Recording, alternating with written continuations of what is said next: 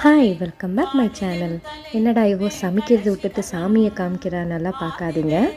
எவ்வளோ பேருக்கு இந்த பாக்கியம் கிடைக்கும்னு எனக்கு கண்டிப்பாக தெரியாது.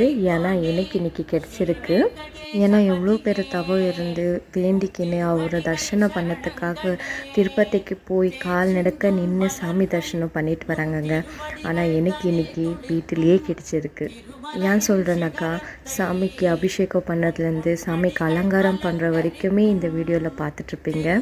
ஏன்னா அவ்வளோ அழகாக இருக்குங்க இந்த ஒரு வீடியோ. எனக்கு வந்து சத்தியமாக திருப்பதிக்கு போய் சாமி தரிசனமே பண்ணிட்டு வந்த மாதிரி ஒரு பெரிய சந்தோஷம் தெரியும். அது மட்டும் இல்லாமல் இந்த ஒரு வீடியோ பார்த்து நான் ரொம்பவே ஆச்சரியப்பட்டேன்.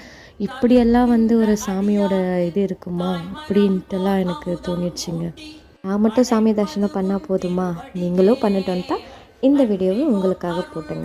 உங்களுக்கு இந்த வீடியோ பிடிச்சிருந்தா லைக் பண்ணுங்கள், ஷேர் பண்ணுங்கள், கமெண்ட் பண்ணுங்கள். ஹலோ மறக்காமல் நம்ம சேனல்